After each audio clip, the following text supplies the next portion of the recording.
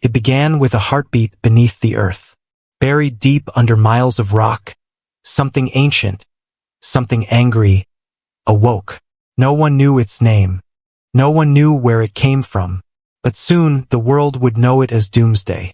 Before we dive deeper into this tragic legend, make sure to subscribe to our channel to explore the untold stories that changed the lives of heroes and the fate of entire worlds. The ground cracked open somewhere in the American Midwest. A massive, stone-like fist broke through the surface, followed by a figure wrapped in green metal restraints. It didn't speak. It didn't think. It only destroyed. Within hours, entire towns vanished. Forests burned. Highways were torn apart. Military jets attacked, but nothing could stop the creature. Every weapon failed. And then the Justice League arrived. Booster Gold, Blue Beetle, Fire, Guy Gardner. Heroes who had saved the world before, but that day they were outmatched like never before. The monster tore through them with terrifying ease. It broke Guy Gardner's ribs, smashed Booster Gold through buildings, and left Blue Beetle barely alive. As the League fell one by one, Booster Gold managed to whisper a name into his communicator: Superman. Miles away in Metropolis, Clark Kent heard the distress call. His heart froze. He excused himself from the newsroom, and in seconds, the mild-mannered reporter was gone. Over the plains, a sonic boom split the sky. Superman had arrived. When he found the battlefield, it was already littered with destruction. Crushed steel, broken roads, smoke rising into the clouds. And there, at the center of it, stood Doomsday, a creature of bone and rage. Its eyes burned with hatred for all living things. It had no language, no soul, only instinct. To kill, to destroy. Superman landed between the fallen Justice League and the monster. He didn't know what this thing was, but he knew one thing: it had to be stopped. "Whatever you are," he said, voice steady. "This ends now." Doomsday didn't respond. It simply charged. The impact shook the earth. Superman hit back, fist against bone. Each punch echoed like thunder across the land. They fought across highways, through forests, across towns. Everywhere they went, devastation followed. News cameras caught glimpses of the battle. For the first time, the world saw Superman bleed. Lois Lane watched in horror from the Daily Planet newsroom. Jimmy Olsen kept the camera rolling. Perry White whispered under his breath, "If he can't stop it, who can?" The fight dragged on for hours. Every time Superman threw Doomsday through the ground, the creature rose stronger, faster, meaner. It didn't feel pain. It didn't stop. Superman realized something terrifying. Doomsday was learning. Every move, every punch, every tactic, it was adapting. When the monster smashed through a power plant, the explosion hurled Superman into the air. He crashed into the mountains. Blood dripped from his lip. For the first time, he felt something he hadn't in years: fear. But he stood up. Because he was Superman. Because people were counting on him. He took a deep breath, looked toward the smoke-filled horizon, and whispered, "Not today." He launched himself back toward the creature at supersonic speed, the ground splitting open beneath him. Their fists collided once more, lightning flashing from the impact. And somewhere, far below, the monster smiled for the first time. The world watched in disbelief. Cities trembled as Superman and Doomsday tore across the country like twin forces of nature. Every news channel broadcasted the chaos live, and for the first time in history, humanity saw its greatest hero struggle. Every punch cracked mountains. Every collision shook the earth. Doomsday was a creature of pure destruction, a monster born to end life, any life. And now it was heading straight toward Metropolis. Superman knew he had to stop it before it reached the city. He couldn't let millions die, but his strength was fading. His body screamed in pain, and still he didn't stop. From the skies, Lois Lane watched through a helicopter window. She gripped the frame so tightly her knuckles turned white.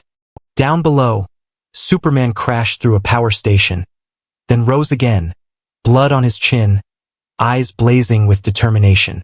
He hit Doomsday again and again, but the monster only laughed. a guttural, animalistic growl that echoed through the ruins. It was Booster Gold who said it first, lying wounded on the ground beside the Justice League, his voice shaking. "This thing, it's going to kill him." Superman could hear the whispers through his communicator, but he ignored them. He couldn't let fear control him. He had only one mission: protect Metropolis. Protect everyone. As they fought through the outskirts, each blow carried them closer to the heart of the city. The Daily Planet building stood tall in the distance, its globe shining faintly through the smoke. Doomsday noticed it too. It roared and began charging toward it, tearing through cars, concrete, and civilians in its path. Superman flew with all the power left in his body, tackling Doomsday into the sky. The two smashed through skyscrapers, glass raining down like stars. They hit the ground again, and the street split open beneath them. Superman's voice was hoarse, his breath uneven. "You won't reach them." Doomsday tilted its head, its bone spikes glistening with Superman's blood. Then it attacked again, faster than before. Each hit felt like thunder. Superman's ribs cracked. His cape was shredded. He fell to one knee, and yet he stood back up. Because to him, this wasn't just a fight. It was a promise. A promise to every soul who looked to the sky and believed in the S symbol.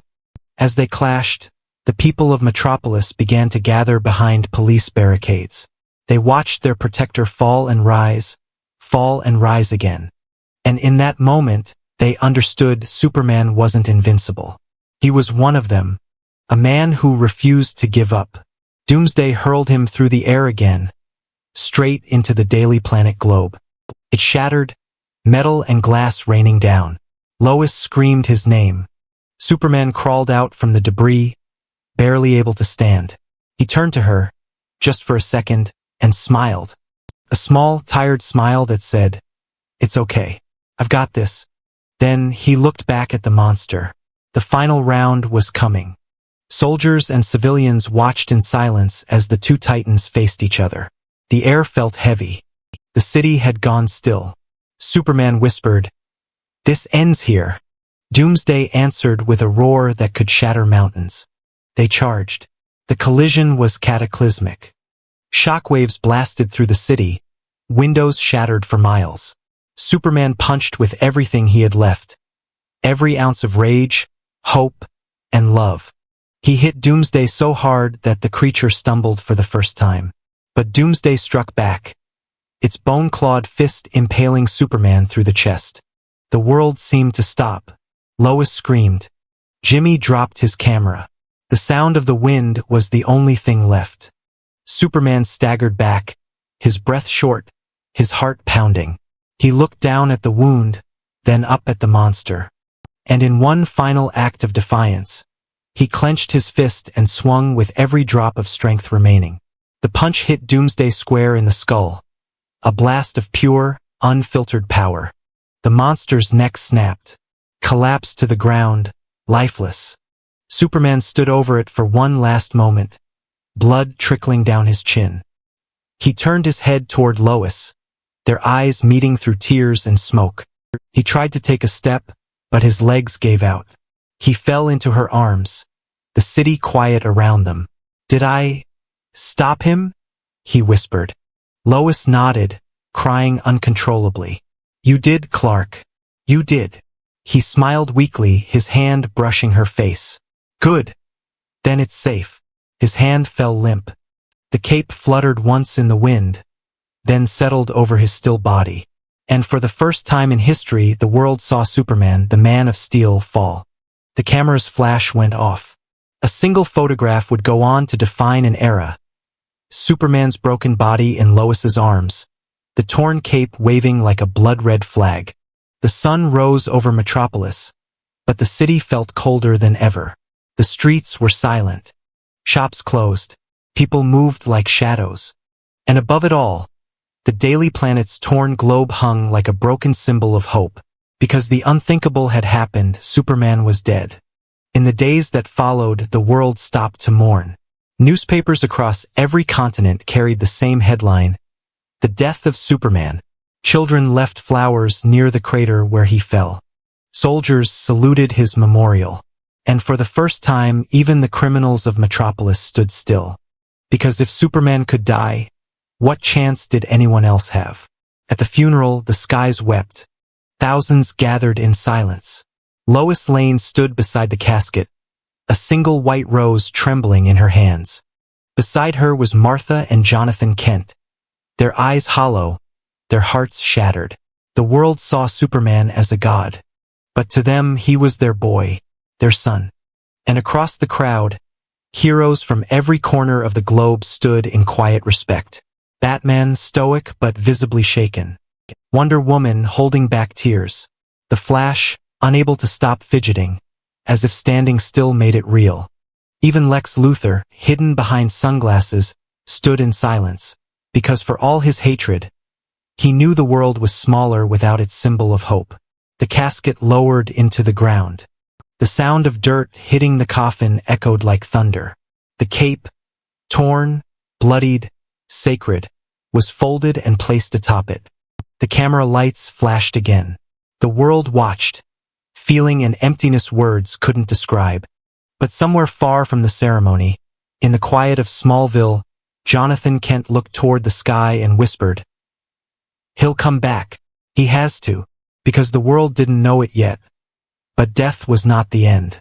Days turned into weeks. The Justice League continued to fight, but everything felt different. Without Superman, every mission carried a shadow.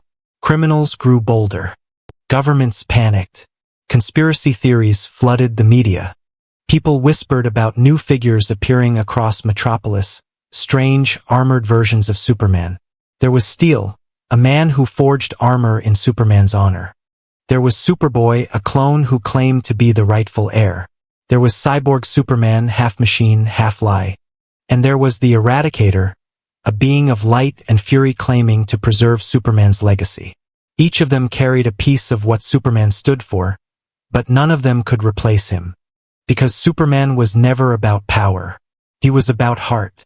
Meanwhile, deep within the Fortress of Solitude, something stirred.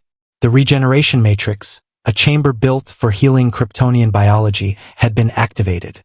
Inside, a motionless figure floated in silence, wrapped in black Kryptonian armor. The heart was still weak. The pulse was faint, but it was there. A single heartbeat, slow, steady, growing stronger. Superman wasn't gone. Not yet. Weeks later, a shadow crossed the desert skies. Two soldiers, stationed outside Metropolis, saw a figure walking toward them.